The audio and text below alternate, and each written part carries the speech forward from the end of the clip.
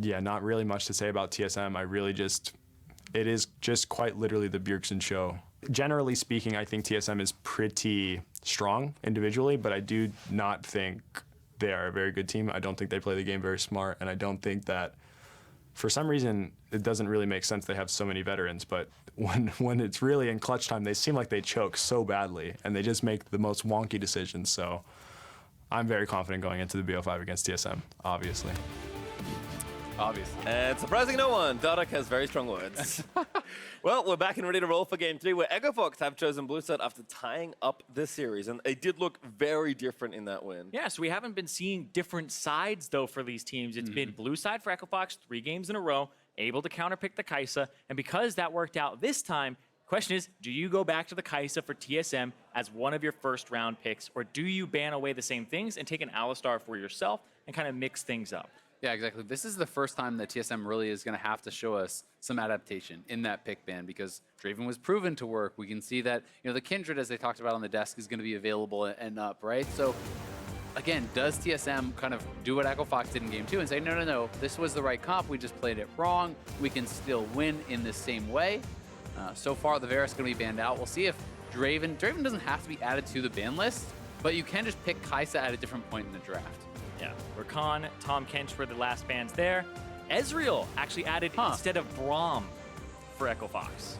That, to me, makes me wonder if they're actually just going to first pick Braum. You know, if it's up, do they actually value it that highly? You know, expecting perhaps a swap over to the Alistar or something like that. Braum can often be a very strong answer there. As Alistar engages, Braum jumps forward, puts up the shield. I was going to say, I think it depends on that. And I think with the Rise ban, they are going to first pick Braum. A really nice read from Echo Fox. Yeah, this makes a lot of sense. I think just kind of in the flow of the series on some of the adaptations and changes that have been made, this does seem like a good takeaway. The Rise not going to be going Damonte's way for the first time in this series, so getting some respect for how well he has been playing it. Yeah, which is so interesting because if you don't ban the Rise, then you get at least Rise or Braum, and you force them to pick one of them, which is, it's very interesting to me that TSM went for that. I wonder if this is the Zven bot lane Swain. We have seen 2 games. He won them both during the regular season. I don't believe Bjergsen has played it just once. Okay, so 1 game on Bjergsen. So it could be a flex pick. Traditionally, this split, it has been more of a bottom lane carry. And he was playing it a lot in solo queue, right? So it's been something that he picked up the mages quickly, even though they didn't show him on stage. This is very, very interesting because it does make it a lot harder, because this would be where you would lock in that Draven, right? But you don't actually know. So theoretically, you could go the Draven, then they just lock in like a Kai'Sa or whatever third pick if you go something a bit more passive. Yeah, and they also got a really good combo on TSM's side.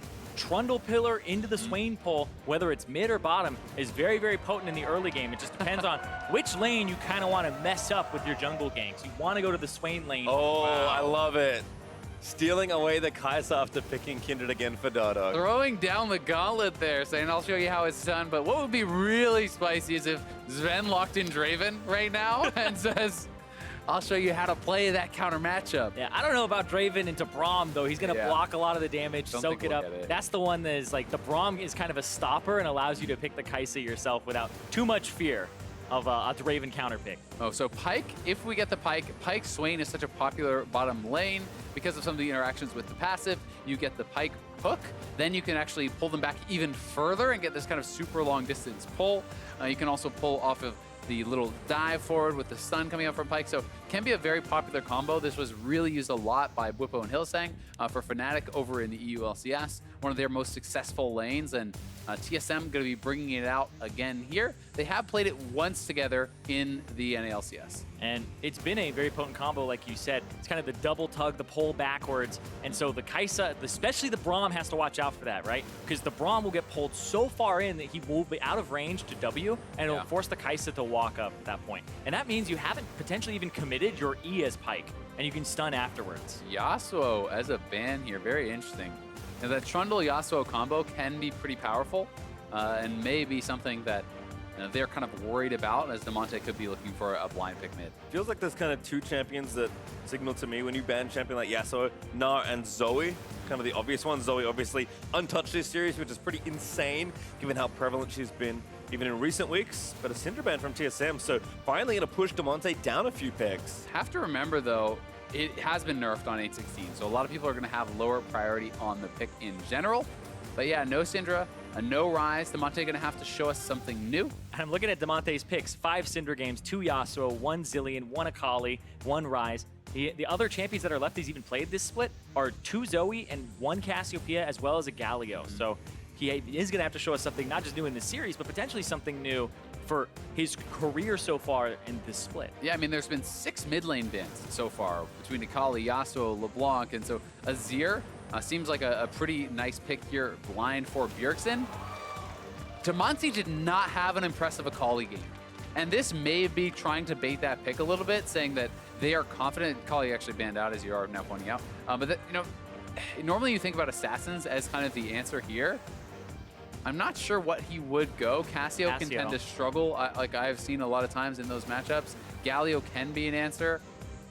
And they're still waiting on it, though. This would be a blind pick rumble for Huni. Okay. It means that the Trundle doesn't get a big beef ball to use the ultimate against. Maybe you go Galio then, as you are a pretty squishy team composition here. Galio can work pretty well with Kindred. You have the Kai'Sa diving in the backline that you can kind of follow up on. So could be a possibility, but we'll see if that is going to be the answer or if he wants to go something more aggressive. I mean, Zed would be super hype. I doubt we'll get it, but...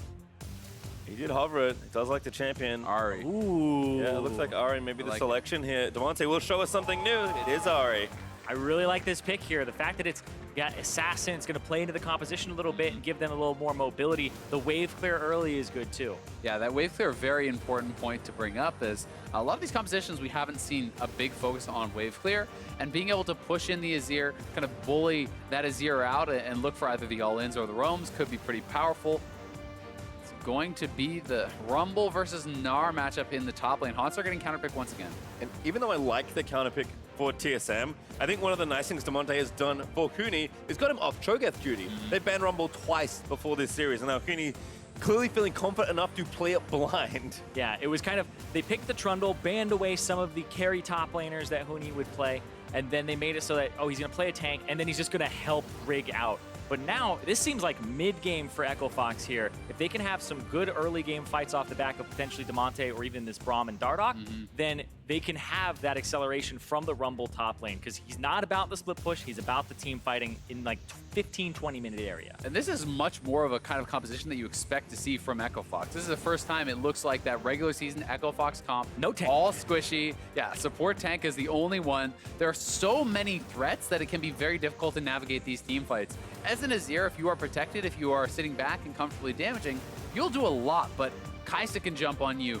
The Ahri can dive back and assassinate you. The Rumble ultimate can get dropped on you. It's going to be tough for Bjergsen. Yeah, but on the flip side, Echo Fox, they really are dealing with mostly magic damage. Swain, Azir, the Trundle isn't going to offer too much in terms of physical damage, and then Hauntzer's going to be potentially split pushing for most of the game. So if itemization comes through, which is mostly magic damage focused or magic resistance focused, Echo Fox can have some good mid-game fights. Yeah, going to be really interesting. And if it does turn into that split push style of game for Hauntzer, there is not a lot of hard engage here whatsoever for Echo Fox. You can drop the equalizer to try to start something, or you can kind of jump in and start something, but that is not consistent. I also liked what Dardoch said. You know what, TSM? That is the Bjergsen show.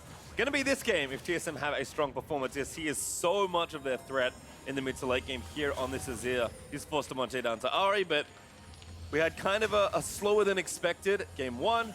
Game 2, much more slower paced. And before we get to game 3, we're going to throw it down to a sideline report with Ovely.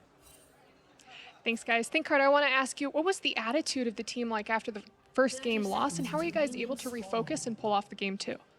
So after the first game, we had a lot of early game pressure. So we really just had confidence that we just made a mistake around the Baron first turret, just decision making. And so we were just confident in ourselves that if we run it back with the same picks, we'll just play it better. And we did, and we'll have a cleaner early game and just go forward with those advantages. So to that game 1 and game 2's draft were pretty similar. So why the big changes in game 3? We just expected them to change things up, and we have so many different prepared drafts that we always just want to keep them on our toes because they just can't get comfortable and think we're going to do the same thing every game. Well, thank you, and best of luck to you. Back to the casters. I absolutely love that mentality in a best of 5, because if you just keep doing the same thing, not only are you kind of showing that this is the strategy that you are most comfortable with, you also, if you progress in the tournament, kind of show that these are the champions that they can shut you down on, and then you have to kind of change things up or prepare for the future. Yeah, and one of the strengths of Echo Fox has always been that they're so hard to draft against, right? So they want to maintain that. They want to be able to show that they can perform on all these different champions. And it's going to be an exciting game. And for Bjergsen, the franchise player for TSM, you talked about a lot of the onus is on him to do that consistent damage in the late game, but he also has so many tools to keep him safe, so much zoning potential. Swain with an ultimate running forward, Grig in the front line, Mithy diving in. There's so many characters to create space. Well, as we are here in the bot lane, certainly going to be on TSM's duo, trying to win out in the early pressure with 2 Dravens there first. The Kai'Sa lost, had a pretty good run in that lane with Smoothie. So now it's Zven and Mithy. They don't often dominate lane. They're really good at splitting. But if they can get ahead, they'll likely stay ahead. Yeah, and with something like the Swain and the teleport, it's a lot of, they'll be able to go and push themselves to have this kind of big push out. Then they can go back, TP in with an item advantage. And the electrocute there, we've talked about it a bit already today, where it's a nerf in terms of the upfront damage that it will deal when you proc it, because it was every 60 seconds. Now you proc it every lane, and Azir has a pretty easy way to proc it with the W, auto, Q, auto, and then it will go off. Yeah, definitely a nice trading pattern there. And both the mid laners, this is something we talked a lot about over the last couple of weeks, but you may be wondering why the Corrupting Potion starts, why not Doran's Ring. This is about the interaction actually with Time Warp Tonic in Inspiration Secondary. Very often people are going Corrupting Potion into Biscuits, and you have so much sustain as you see the first Biscuits pop up, that it becomes very difficult to push out. And if you have it and your opponent does not, you simply just kind of grind them down. Yeah, and it gives a tiny bit of movement speed, which people don't always care too much about, but it can come up clutch in some situations. And we talked about the wave clear in this mid lane. Damonte put 2 points into Q early instead of ranking up W, because he's more concerned with just getting that damage off. And there's the pull. Nice hook into the slow. Also, the lightning comes out from Zven. Lost, eating a lot of pressure there, just under the turret. And he's on Doran's Ring, right? So he is going for more of kind of like the mana wave clear style setup. He does not have a Doran shield to withstand a lot of this poke. So every time you take one of those trades, it is very, very punishing. And that's both his potions gone off of one trade. Yeah, exactly. 2 potions with the Doran's Ring. But then also Smoothie, he's burning through potions as well. He's only got 1 left. And then he has the Relic Shield that has been giving a little bit of HP over. But that's the thing, is you got to whittle them down, play to the side. The farm is also quite a big deal this early on. So Zven and Mithy really dominating this early laning phase, and we'll see, can Lost and Smoothie stabilize? Because they've had losing lanes in both the last 2 games where they've been under turret. Now they've reversed it, and it's an Infernal Drake. So an early Infernal Drake pickup off the bottom lane pressure would be exactly what TSM wants to start this game 3 off on the right foot. We always have to think about, too, when it is about those early dragon fights, can top laners get to level 6? Do they have their TPs available? Because Rumble at 6 in that early team fight, very powerful. Ahri as well. First level 6 ultimate that's suspended, very, very powerful. Well, you can see this matchup again. Hauntzer struggling a little early on, actually, here. Huni, such a capable Rumble play here, but again, bot lane's going to continue to have action. Good block there from Smoothie. Actually gets hooked back there as well. Now the stun lining up, but Mithy just goes camouflage and walks away. Yeah, you have to at least retaliate in some way. You can't just let the lane happen. But even with that said, Zven still very, very healthy. The potion's pretty much untouched for the side of TSM, and they even have biscuits to boot. Yeah, exactly. They haven't used any potions. They have their biscuits. They're sitting pretty down here. CS advantage to boot, too. This is something I love about TSM's dual lane, is so often we mention how good they are at splitting lanes, especially loot lanes that you'd think they otherwise lose. I want to see them now if they can get a winning lane and smash it. And right now with Grig paying attention, oh, that's Dardoch, excuse me. Not too surprised though, the junglers are starting to take visits down there. Yeah, but he might have to go all the way around if he wants a gank to happen, because that's just a tri-brush ward. There's no ward up in the anywhere in the river that would spot him if he were to play to this side. And Mithy has Sweeper. He doesn't have wards to place down. So he goes around a clear vision not to place it, and it leaves the pushing lane vulnerable. You can also see a very different focus on kind of priorities here in the mid lane as far as itemization goes. Double Dark Seal is Damonte wanting immediate power, looking for kills early. Bjergsen goes boots and a null Magic Mantle. So he is just looking to survive, to farm. He doesn't necessarily need to kill his opponent to be winning. If he is even going even in farm, Bjergsen is going to feel like he is winning this lane. Yeah, and getting that before level 6. You need some magic resistance before level 6 comes out, or else it's kind of the rule of thumb against Ahris and Syndra's. You really do need that as soon as possible, because you're looking to scale, you're not looking to smash the lane. And what's going to stop you from scaling is getting destroyed by the all-in from the assassin. Right here, Grig on that Infernal Drake, has the smite. He's going to be able to pick that one up, and it's good off the bot lane pressure, but also he knew Dardoch was top to get the mark. Yeah, Dardoch instead just got the crab, so Echo Fox have to play to their strong side with for the first time in this series, is not the bot lane 2v2. Huni, though, kind of having a field day at 1v1 versus Hauntzer. Remember, this was a counter pick from Hauntzer. So Huni right now showing some of that early proficiency. And part of the problem here with the Echo Fox comp is Hauntzer getting a little trade in there is that there's, as we talked about, there being very little engage.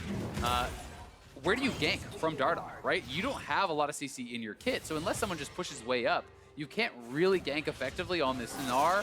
So maybe you can go to Bjergsen. Damonte also trying to roam up. He's a good candidate as TP in from Fox. They really want to take this red buff here.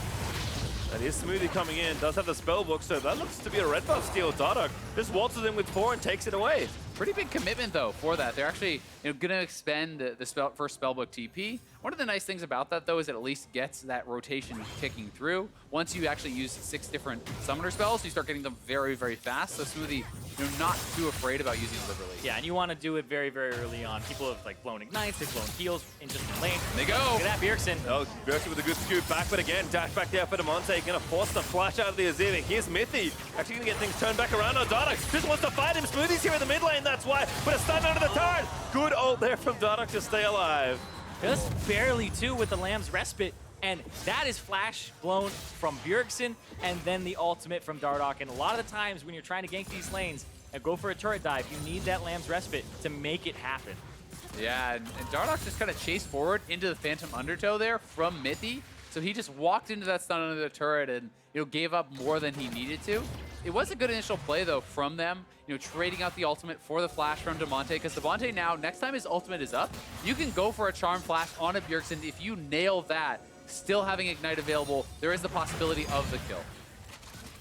Cleanse there though from Bjerg, so it can keep away, but Dardoch, I like that he's kind of not doing as much farming, trying to pressure some of these lanes. He's been very proactive in the top half of the map. Yeah, he's definitely going to have to focus on farming because both Damonte and Lost are down in CS. Huni's up in CS. So you want to have at least another person who, when you go to 2-on-2s, you have somebody who's quite powerful. So using the Kindred's kind of early part of the game where you have an advantage in farm and speed over the Trundle is going to get him to his completed jungle items sooner than Grig.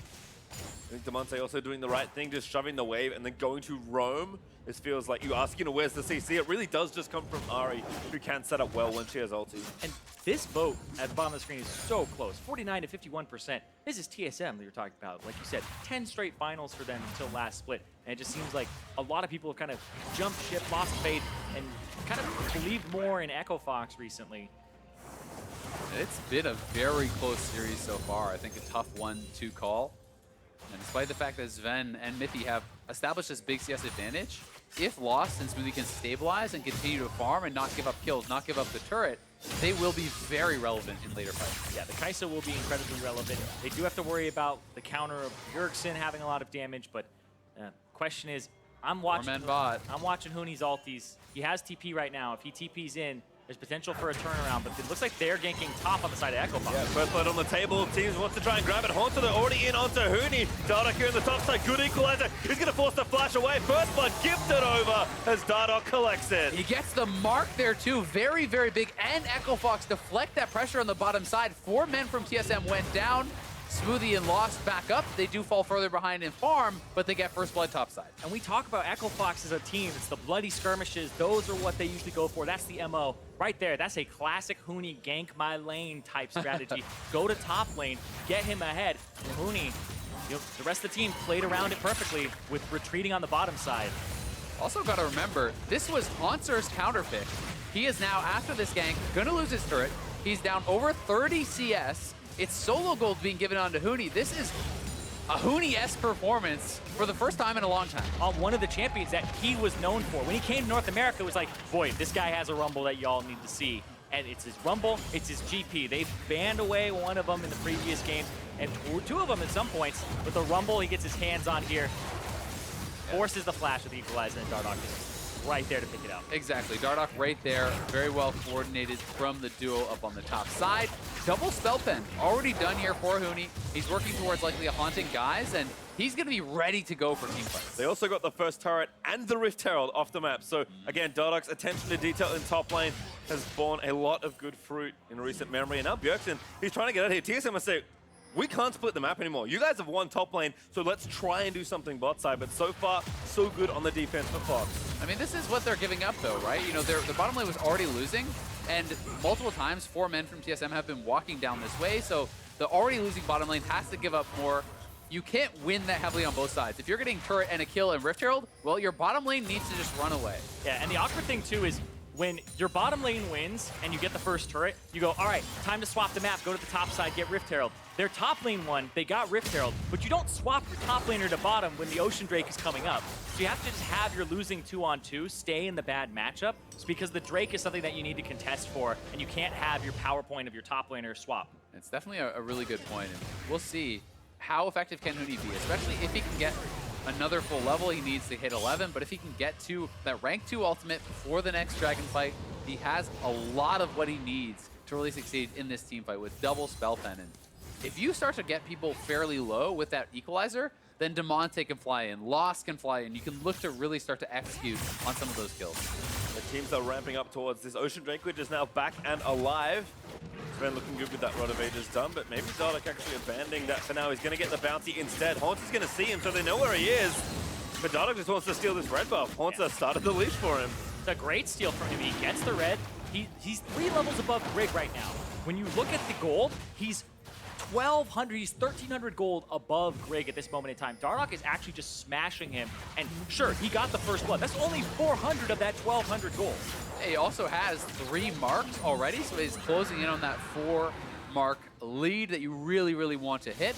But this has been such a just clear divide on teams' priorities. TSM saying, yep, sorry, Hauntzer, we're going to sacrifice you. We'll give up everything on the top side. And Echo Fox is not even looking towards the bot side. They have sacrificed down there. You can see that also by where all the vision is from TSM. So much throughout this bottom side Echo Fox jungle to protect Zven and Mithy and allow them to keep pushing. Yeah, the issue, though, is when you go back to draft, you go, why do you pick the Gnar then if you're not going to focus it and try to counter the Rumble? Because you're giving the Rumble a freer lane at that point. And you're hoping maybe he can win it one-on-one and you focus the bottom side, but that has not been the story here at all. Yeah, and that's where it becomes about that discussion, the argument of, is it worth picking something to just survive? And if you feel, hey, it's a strong matchup and I can be okay if I get focused, then maybe there is some sense to that. But that becomes arguments about which should you do? Should you snowball the winning matchup? You defend the losing matchup? And that is a very complicated question. Fox again, though, doing a nice job with a ton of their pressure. Damonte getting the minions pushed in. Lost and Smoothie maybe a little too far forward, but Dardoch going to roam down. Vision of Empire will tag Smoothie, but Dardoch and Damonte roaming in. Looks like they want to fight for this blue buff, try to take that away from Bjergsen, make him a little bit more vulnerable as Damonte will have to get out there. Charm going to miss. Damonte going to eat not too much of a trade there, though. And again, now Fox collapsing. Mithy maybe too far forward. Blue buff again, still going to get fought for here. And that should be over. TSM just concede the buff. Grig steals got it. And now actually maybe the fight is going to break out. There's the move back there. Smoothie though gets a massive Braum on and Dardoch takes down Mithy instantly. Now Zven going to bump his off, but here comes Huni in the choke point with the equalizer. Zven though charging up, but doesn't go over the wall. And now Hauntzer going to bounce back over onto Dardoch, but lost. Oh, he's in onto Zven. He's going to try and take down the bot lane as Fox do dive here on the turret. Hauntzer is left out to dry, but Dardoch does ult. Damonte goes down though to Zven. They're corralled now. Sven's still alive. Too far forward. Zven though still going to die, but Dardoch is going to have to pay for it with his life. Echo Fox fumble that dive. Yeah, TSM come up 3 for 1. It looked like it was going to be so good for Echo Fox, but their attention gets split. They get pulled apart. Half the team goes for Zven, who survives miraculously under turret, while the rest is chasing forward onto Bjergsen, can't finish him off either. And Zven gets over 900 gold from that because he shuts down Dardoch. He gets another kill on top of it. Zven is now sitting at an advantage that's 1,500 gold for himself off this winning bottom lane. And this was off the blue contest. They want to contest it. Grig gets it anyway. But the play here from TSM to kind of stop it, and even though Smoothie gets a good ultimate, it doesn't matter. Yeah, it was a great ultimate from Smoothie. They do get the initial kill very quickly, but Zven is so tanky at this point, and you can see the split focus. To me, Echo Fox needs to collapse down, kill off Zven, kill off Hauntzer. Instead, Dardoch and Huni are trying to stay up there, trying to fight on the top side of the map. Lost and Damonte and Smoothie are trying to go down for Zven, who still had his stopwatch, buys so much time with that. The return on the Q misses, Damonte dies, and then everything falls apart. A very mismanaged fight here from Echo Fox. Yeah, that stopwatch coming up means a lot there because it saves him for a long time, allows him to get Dardoch afterwards and get that big cash control. Well, TSM going to keep the goal close, and of course they still have a 2 Drake lead as the turrets are also tied. Fox again playing a little scrappy, but that does come with a few more associated risks. TSM deflected pressure this time. And that's I mean, that's their strength, but it also, as we said, it's that kind of double-edged sword, right? Sometimes it is also their weakness. Sometimes they get a little bit too bloodthirsty. They expect to win on both sides, and instead of just guaranteeing a win on one side and killing Zven and maybe pressuring the turret, they end up trying to go for everything, and they get nothing. Pressure not stopping though. Dardoch leaps on a Bjergsen, uses the smite on top of it. no ult. Dardoch able to Q out of the way, but Smoothie is going to block some of that here. Does get pulled back by Pyke Q. But Fox still safe for now. Again, pressure on the Hauntzer. Damonte going to try and line it up. Hauntzer, where can he really go? Oh. The Braum! Nice moves there from Hauntzer to make sure the charm could not land. Those charms, they haven't been landing true pretty much at all for Damonte this game. You need to start landing those and get that extra damage because it's a large part of her kit now where it amplifies the damage of her abilities and actually the damage a person takes if the charm hits. It's definitely critical, especially when you are going for this kind of more early game focus with, you know, the double Dark Seal. You have the Corrupting Potion. Doesn't even have one completed item at almost 18 minutes, right? So you really do want to start picking up those skills, start getting to a stronger point in the game very quickly, or Ahri can start to become less and less relevant. Yeah, Bjergsen already finished that Nashor, so working pretty quickly on item number 2. Huni is still very strong in the top lane though.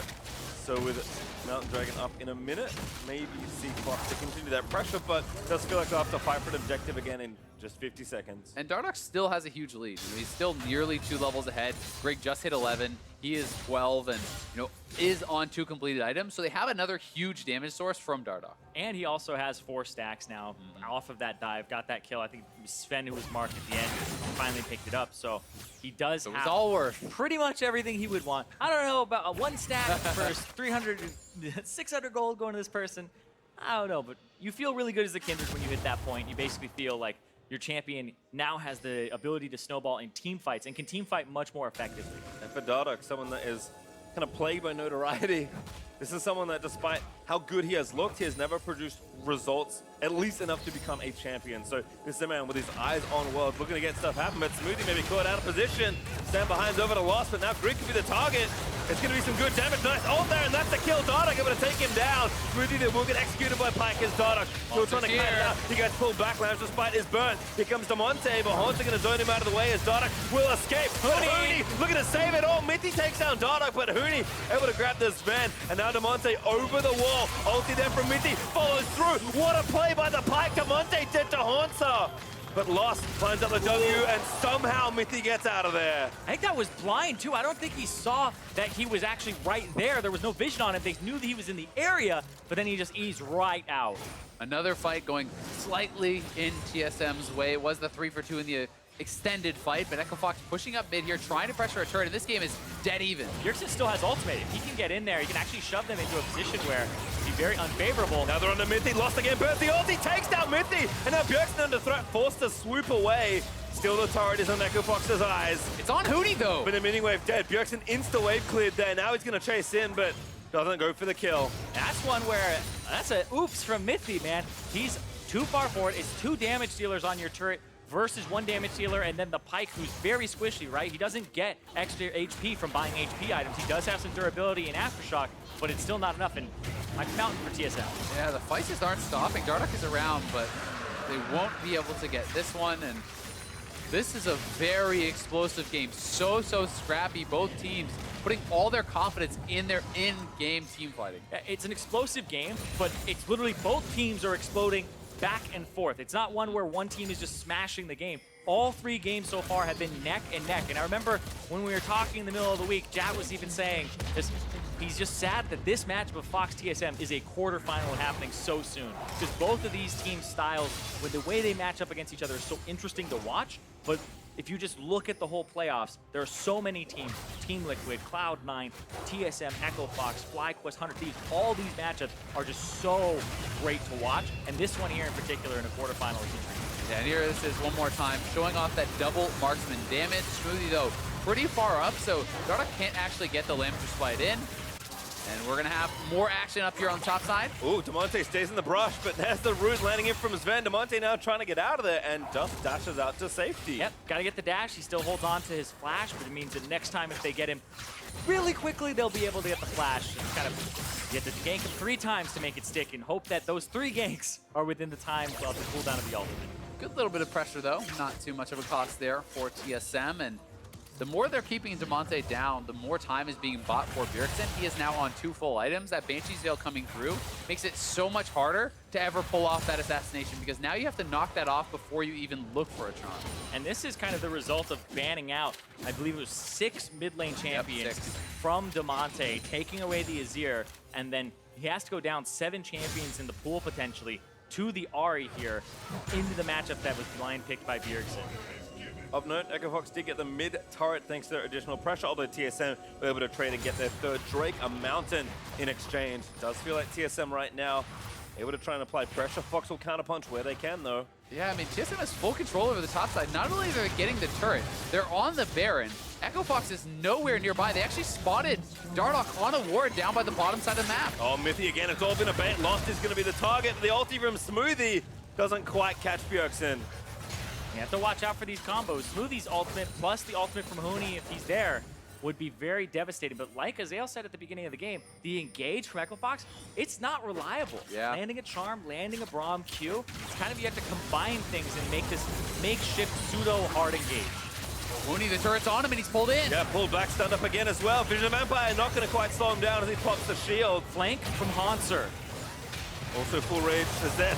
Actually, Damonte going to get caught up and pulled back. There's the ulti from Huni, but here's Hauntzer in Mega Gnar form. Dardoch going to try and cut it out. He scoots him out of the way, and now Dardoch in the center of the team. But able to block it, and Damonte dashes out from the follow-up pull by Zven. And they weren't able to reinforce Hauntzer on that nice scoop backwards. TSM, they had the position on the Baron before. They get run around the map, and then they look for a play that it could have been good. Hauntzer had the setup, but the team is just not right in position. And that is one of the things you can do with these sorts of compositions that Echo Fox is running. You have 4 huge damage-dealing threats. If you are segmented, everyone just turns on you and blows you up. The trades continue to here as TSM will finally get themselves a turret lead, take down the outer ring, and finish off the mid turret. So again, they'll spend their gold. Huni pressuring here in the bot side, trying to set up and trade these turrets out. And we talked about the explosive game. Teams are in an instant rushing to Baron, it feels like. Yeah, and I was actually thinking a second ago, I was like, I remember Echo Fox got Rift Herald. They did get Rift Herald. It actually expired and they never used it. So they didn't even get that extra pressure off of getting that objective early. And so they're a little bit more behind than they should have been in this game in terms of, I mean, they're ahead right now, but they're behind in terms of where they would be if they had actually been able to do that. So right now they're just getting kind of pressured all around and they need some type of relief. Yeah, at the very least, even if you just drop it and make someone respond, you can pressure elsewhere on the map. You know, you're hoping that you get something from that. So definitely, you know, a bit of a mental error from Dardoch, and that is something that can be very taxing in these series. It's such high pressure. There are so many things you're trying to think about, and sometimes you do forget about those basics. And he was the one who was set up with 3 kills at the start, but Here comes Huni. Huni again trying to line it up. Good equalizer there. They're going to try and look for the carries, but Bjergsen gets away and pops the stopwatch still. The rest of Echo Fox move forward. Damonte, he's found Grig on the other side. They might be able to pick the jungler. He does get it. Damonte able to get the kill on Trundle. Smoothie hops back towards his teammates. They could go to Baron here now. Grig is down. That kill was so important for Damonte, and it's his first of the game. They're onto the Baron. Can they secure it? Ult here for Bjergsen, though. He might be able to make a big play. Mithy and Zven going to try and poke him out of the way. The Baron is there. watch Mithy for the ultimate. Goes in again. Baron to Echo Fox, but can they get out safely? They pop the lance despite the move forward. Bjergsen, they caught him. They tagged him with Braum past him, and now Zven, he's dead as well. The TSM carries put to ruin as Fox keep chasing. Fox get the Baron and they're chasing him down. Lost gonna go in. Lost wants it. He can see Mithy there forward. Does pop the ult. No, not quite. And there's no follow-up chase. But Fox, they get the Baron again, and once more they're in the lead. And that was a big-time play there from Huni, coming in with that teleport, making something happen for the team. We talked about the poor engage. Well, how about this TP flank from Huni, layering the equalizer across the team, roasting up everyone. They have to go full into disengage. When you're having a bad day, you have the flu, go for comfort, man. Get your pillow, get your blanket, get your comfort champion. Pull up with the rumble with the TP flank from Huni. Beautifully placed there to just scorch TSM. He doesn't get any kills, but he forces 4 people, 3 people to back up and gives them space for the Baron. And I really like this actually preemptive ult from Dardoch as they want to go forward. There are low HP bars, no chance for them to TSM to go forward on a Smoothie and get that kill or really go for any sort of play. It's full commitment. Burst down Bjergsen, and they're on to the Infernal. The Bikes don't stop. This is really important because Bjergsen tries to scoot Damonte, but he misses. And Fox really needs to keep this Infernal out of TSM's hand. That's Dardoch. He does get it. Grig not able to steal that one, and now they've actually caught Zven. He's going to get stunned. He dies as lost. Goes unstoppable. Another great equalizer there to catch out a member of TSM. Zven gets roasted. They have Baron. They have the Infernal. This is a push mid from Echo Fox. But what was Zven doing? They're so separated from the rest of his team. 4 members on the right side. He walks in solo, gets burned down. Echo Fox can be pressuring inhibs here, knocking down a lot of turrets. And TSM, we looked at their composition. It's supposed to be these double mages just wave clearing, causing pressure, poking, and then it's hard to engage on them. Huni's equalizers are causing these engages to just be forced. We said, don't have hard engage. This one is turning out to be. And this is reminiscent of game number 1 where the Kai'Sa was supposed to be pressured, Kai'Sa was supposed to be behind. It is now Lost, who is ahead in farm, who is 5-0-4. Reaching late game on this Kai'Sa is going to be a monstrous threat, and Dardoch with 8 marks. 8 marks is a huge boon for him. It's not just the range, it's the extra attack speed, it's the extra percent HP damage. And Mithy, TSM look like they're getting desperate. Mithy, he has to make these plays, but Fox have so much damage on their team comp. They have such a good lead against TSM. And TSM know if they commit, they will evaporate. and I would love to see the gold right now because it's about 1,000, 2,000, 1,500 between the laners. But then you look at Dardoch, he is 3 levels up over Grig. He is about 3,500 gold, almost 4,000 gold up over Grig. He's on a carry, yes, but he has been putting in the work. He is doing amazingly right now. He has the most gold on his team. And you can see that early game focus where he was focusing on farm, focusing on playing around the top side, taking camps away from Grig. That has paid off. And you know, all the time that Grig spent shadowing bottom lane, trying to get Zven and Mithy this edge, trying to execute on a dive, never panned out. And now the Swain has certainly been outscaled. Yeah, and the fact that Grig, Trundle can usually recover from a position like this because if he has a tank to kind of mooch off of, leech those stats, he's going to have more effective kind of inventory or combat stats. He doesn't have that in this game because Echo Fox went real They're quick. looking. TSM got to get creative here, but Smoothie again going to get pulled back around. Whilst though moving forward, Dardoch jumps straight to the team, and Damonte, he found the trap. Bjergsen's dead. Lust just dives in and shuts that down. Zven, he's dead as well. TSM lose 3 in almost an instant, and Dardoch, he smells it. He knows when he grabs the ace, the game is there. That might be it. Mithy, he falls.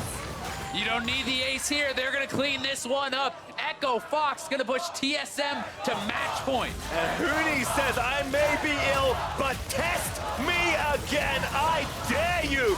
Echo Fox run over TSM and push themselves to match point. And you can see the smile on Huni's face. That was a sick Rumble game. Those equalizers were some of the best of the split for sure, really showing how dominant he can be in these team fighting. And credit to so many of the members, Dardoch, Huni, and Lost again, showing up in a tough matchup, being put behind, not being given any resources, survives and contributes a massive game in the late game. And ThinkHard was saying after the Champions Select, you kind of had to keep them on their toes, change things up, make it so that TSM can't get comfortable, because that was Damonte and Lost in the previous game doing work. This one was once again classic Echo Fox, classic Huni, get ganks onto Hauntzer, get him ahead, and this carry worked out perfectly because Dardoch and Huni in tandem, that's the stuff of, that's beautiful. And what do you do in Pickman against this team now, right? Like, they have showed very different styles. They have showed, classic tank top a couple of games in a row. Huni goes back on the carry as soon as you leave it open, absolutely roasts you. We have seen early game focus with the Draven. We have seen late game scaling with the Kai'Sa. It's going to be tough for TSM, but it has been a hard-fought series, and they are still very close to winning all these games. These second phase bans have been all over the place for TSM. The Zillion Syndra this time, I feel like instead you're going to go back to the Rumble and the Gangplank. Just don't let Huni have those comfortable champions for him. Get him on something that he's uncomfortable on and that you can exploit. Damonte did a great job also kind of losing gracefully in that situation. He was the focal point of a lot of that game. All of Echo Fox played well to get us here as Echo Fox are now 1 win away from earning their spot in Oracle Arena. And to hear how they did just that, let's send it back to the State Farm analyst desk. Thank you once again, gentlemen. Echo Fox now up in the series 2-1. And I'm going to go out and say that that felt like the most decisive of the 3 games that we've had so far. But I want to key into the interview that Ovly had with ThinkCard around the drafting, because I did love a couple of the things that he said around, hey, we've got enough strategies in our book that we'd rather keep TSM on their toes by switching things up than sticking with what had worked in game 1, game 2. And that's what I was kind of saying at the end is like, I like when teams don't often just go back to the exact same strategy. If they're close games, if you're stomping them, it's like, yeah, run it back. Let's see what they have. But here, these have been really close games. You don't just want to sit there on the same side with the same draft and say, I doubt TSM changes anything up. So TSM did change things up. It was the Rise band that forced the change in the first pick, but from then on, it was completely different. Well, I also think TSM changed things up in a bad way. Yeah, that's fair. I thought they had a bad draft. So the early Swain and early Trundle are signaling 2 things. They're signaling we're probably doing Mage Bot, and they're also signaling that they don't have Kindred priority, which I think against Dardoch is a really big mistake. And if TSM isn't going to let Grig play Kindred, which he's very good at in solo queue, but not necessarily in this team sense, I think you have to ban it. I think it's Dardoch's best champion. And there's a lot of other problems that I have with this TSM draft, especially in the second phase. Let's keep going. All right. I think the Azir is a silly blind pick, especially if you're saving your top lane counter pick to be a Gnar against a Rumble, which is going to get shoved in and lose top lane anyway, because you can't even win the 2v2 with your counter pick. And you have to take physical damage because you have magic everywhere else. Yeah, you can't take a magic damage counter pick. You know what? You probably could flex the Swain up and have a chance, but you've already picked Pyke, who's better with the mage kill lane and wouldn't be able to protect against the Braum. TSM really fumbled the draft, I think. I actually don't know what TSM was doing this game. I agree with pretty much everything you said. Not sure why they're prioritizing Trundle after Dardoch just beat them with Kindred, because that matchup, even before the Trundle nerfs, was pretty good for Kindred, you know? Trundle just stacks a lot of HP. He's good against tanks. Kindred is good against people with a lot of HP, and she's not a tank. So it's a very Kindred-favored matchup, and you're giving it to someone like Dardoch, who is probably the best carry jungler in the league right now, and he's just showed up huge. And he's performing today, right? That's the other thing, is not only does he have kind of the pedigree or the history of performing on this champion and be good at carry junglers, he's actually showing up today, and I think you have to acknowledge that in a 5-game series and take it away from him. I think he's dictating the pace with a lot of these invades, again, on the bot side here, but I also think Huni had a fantastic game off of a tank, which was something we were kind of criticizing their game 1 draft, where you had both your best players on a tank. Game 2, they put Dardoch at least on the carry, and then here, both of them, and what do you know, it's their best looking game so far. They've actually taken 1 less tank each draft, so next we need a I carry might support. expect Smoothie to pull out the brand support. Okay, there it is. And every game has been more and more decisive. So Yeah, really. just throw more You Less damage. tanks, more win. You go That's too far, and you wrap back around. negative tanks. I do think that Echo Fox's draft is getting a little bit scientific here, and sometimes science does go too far, because I actually didn't love the Ahri pick. I was concerned. Like, Damonte played fine on the champion, but I just don't think Ahri's that great in the meta right now. You know, he has the option to pick Zoe, which he's phenomenal on, and he went with Ahri. I love this Kindred ultimate so much. There's a Gnar charging up his Mega Gnar. Azir has ultimate. TSM's getting ready to slam him against the back of the pit, and the moment of hesitation that's created by that Kindred ultimate gives Huni time. This to jump on. equalizer. That's beautiful. Right here. Huni had some amazing ults this game. Yeah. Boom. Oh, good game. So dirty. But yeah, I mean, I think that, you know, that's the big part of it. There were some concerns looking at the Echo Fox team comp, like how do they do things with the lack of frontline and whatnot. But we saw TP usage out of the Rumble to flank and set up fights. Again, creating those chaotic skirmishes where with high damage dealers coming from all angles, it just felt hard for TSM to deal with. 2.2k lol. Ooh. I mean, it's a Trundle. It's those it's the nerfs. That I would have been 4.4k without the nerfs. They took 40 damage off his Q. What do you expect him to do? Yeah, it definitely was a hard game to play Trundle, and I don't know. This game kind of just feels like a fluke from TSM. I'm pretty sure no one on their team or coaching staff is looking at this being like, yeah, we had a good draft here. I think they really critically messed up. I am And- about to tell you all something that I'm sure you're going to hate. TSM is on red side. No. TSM chose red side yet again. So, I cannot dislike that decision enough because okay, so blue side historically has been favored since the beginning of time. You know, first pick is nice, right? But the one advantage purple or red side, excuse me, I'm old. Colorblind mode. Yeah, I'm old. The advantage for red side is counter picks, but if your counter picking involves blinding Azir and taking Gnar for the second time and into a rumble, which isn't even that good of a matchup, I feel like you're just not really taking advantage of your counter picks whatsoever. Yeah, maybe, hopefully, TSM is saying we're still sticking with the game plan of not wanting Huni to counter pick us and forcing him into blindable spots, and hopefully they then react better and say, well, we just need to pick better counter picks or actually commit to that game plan, because if you're taking red side for those reasons, it means you have something in your back pocket. When we definitely did not see it this game, there were a lot of mid lane bans, and maybe that's why they kind of got scared into taking what mid laner they wanted. It's hard to say. Yeah, TSM needs to get something that Echo Fox is scared of. That's one of the weird what are you things that's scared of happening right in this now? draft, because you're scared of the first, like if you're TSM, you're now scared of Kindred. They're talking about this on the desk. You're scared of the first pick Rise. You're scared of Varus because that's what Lost has been good at. You're clearly scared of Rakan because it's been banned the whole game. So like, one of the things you can do on red side, obviously, is you control the power picks if you're able to give them one thing they must take and then get it back. I actually liked it when TSM was taking Kai'Sa in the first bit, but they're technically scared of that because the Draven's been effective. They must have something that they think they should be scared of. Just to see where blue side 59% win rate. So Yeah, just to put this some split. numbers to it, exactly. So 59 to 41. I mean, it definitely it only supports your point, Chad, that TSM must really feel there's a reason they should be on red side. Echo Fox chose red side a lot. They were the one team that actually seemed to prefer it. So that's a little Until today. One thing that I think is pretty interesting about, especially how last draft went, is that while red side is the counterpick side, Echo Fox counterpicked almost every role. Yeah. They got a mid counterpick, they got a jungle counterpick. That should not happen. The top lane matchup was good. And their jungle was a great matchup, too. Kindred into Trundle. Finally, on the red side, usually it sucks because there's a lot of power picks. Every power pick got hit this patch, basically. It was very much a competitively aimed, nerf-focused patch on strong champions, which might be why people feel a little more comfortable on red on 816. But if you're not going to get the counter picks, it's just not going to work. I got a feeling TSM takes their mid laner before the second ban phase this time around. We saw 6 bans go That's what they across did in mid their laners win. in this game. I feel like we're going to see the LeBlanc, something with a little bit more agency for Bjergsen, come out early, just by virtue. We can't let it go that late, and then maybe still hold on to that counter pick for the top lane. If I'm TSM's coach here, what I'd be saying is they generally perform best when they're playing around Bjergsen.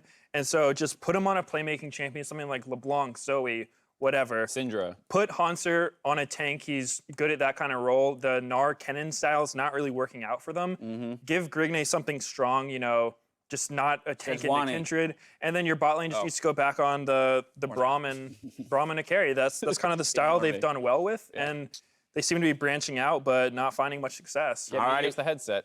Yeah, there it is. We just laid it out for you, Could be the TSM. TSM coach. TSM need to tie the series right here. See if they can pull out all the stops versus Echo Fox after the break.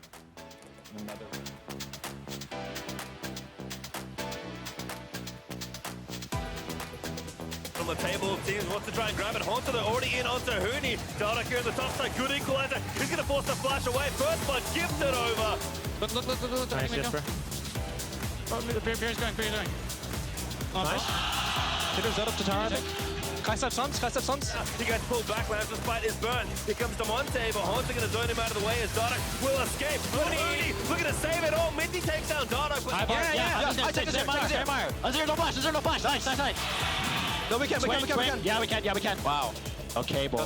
Plus just dives in and shuts that down. Ben, he's dead as well. TSM lose 3 in almost an instant. And Dardoch, he smells it. He knows when he grabs the ace, the game